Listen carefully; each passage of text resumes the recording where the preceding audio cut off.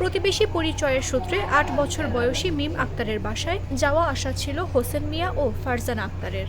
এরই প্রেক্ষিতে গত রোববার তারা মিমের বাসায় যায় এবং সন্ধ্যার মধ্যে তাকে চিপস কিনে দেওয়ার প্রলোভন দেখিয়ে বাসা থেকে বের করে নিয়ে যায়। অনেক সময় অতিবাহিত হওয়ার পর পরিবারের লোকজন আশপাশের বিভিন্ন জায়গায় খোঁজাখুঁজি করে মিমকে না পেয়ে ডিএমপি ঢাকার আদাবর থানায় একটি সাধারণ ডায়েরি করেন।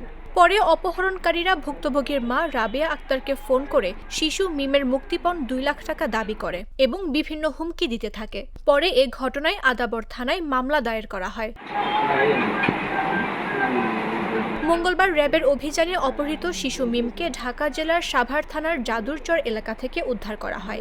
র্যাব ২ এর সিনিয়র সহকারী পুলিশ সুপার খান আসিফ তপু এ তথ্য নিশ্চিত করেছেন। ১ জুন সন্ধ্যার পরে শিশুকন্যা মিম ৮ বছর বয়সী সে আদাবর থেকে অপহৃত হয়। এর পরিপ্রেক্ষিতে অপহরণকারী লোকজন তাদের এই ভিকটিমের মা বাবার কাছে ফোন করে এবং নিকট আত্মীয়ের কাছে ফোন করে ২ লক্ষ টাকা মুক্তিপণ দাবি করে এবং এই মুক্তিপণ তাদের নির্ধারিত সময়ের মধ্যে না দিলে এই ভিকটিমকে ৮ বছর বয়সী শিশুকন্যাকে গাজীপুরের কোনো হোটেলে বিক্রি করে দেবে এভাবে হুমকি দিতে থাকে। তো এর প্রেক্ষিতে যখন ভিকটিমের পরিবার আদাবর থানায় মামলা দায়ের করলে আমরা বিষয়টি নজরে নেই। আমাদের গোয়েন্দা টিম এবং আভিযানিক দল এই বিষয়টি নিয়ে কাজ করে আজকে দুপুরের পরে আমাদের র্যাব ২ অভিযানের মাধ্যমে ভিকটিমকে এবং ২ অপহরণকারীকে আমরা আটক করি, গ্রেপ্তার করি এবং তাদের বিরুদ্ধে আইনগত ব্যবস্থা গ্রহণ করা হচ্ছে।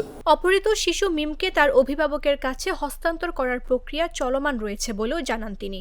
এবং এই অপহরণের পরিকল্পনার তাদের মূল উদ্দেশ্য ছিল ভিকটিমের যে বাবা মা এবং তারা তাদের একমাত্র আদরের কন্যাকে তারা যদি অপহরণ করে কিছু টাকা পয়সা ঈদ উপলক্ষে নিতে পারে, এই ধারণাকে এই পরিকল্পনাকে সামনে রেখে তারা এই অপহরণের কাজটি করে।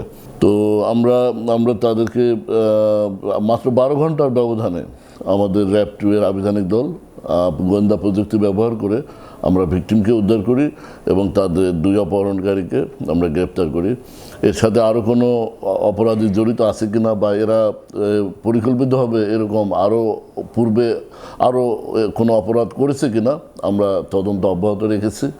আমরা এটি অচিরেই আমরা তাদেরকে এ বিষয়ে অন্য আসামিরা জড়িত থাকলে আমরা তাদের বিরুদ্ধে আইনগত ব্যবস্থা নেব। এ ঘটনায় গ্রেফতারকৃত আসামিদের বিরুদ্ধে আইনানুগ ব্যবস্থা প্রক্রিয়াধীন রয়েছে বলে জানান এই র্যাব কর্মকর্তা।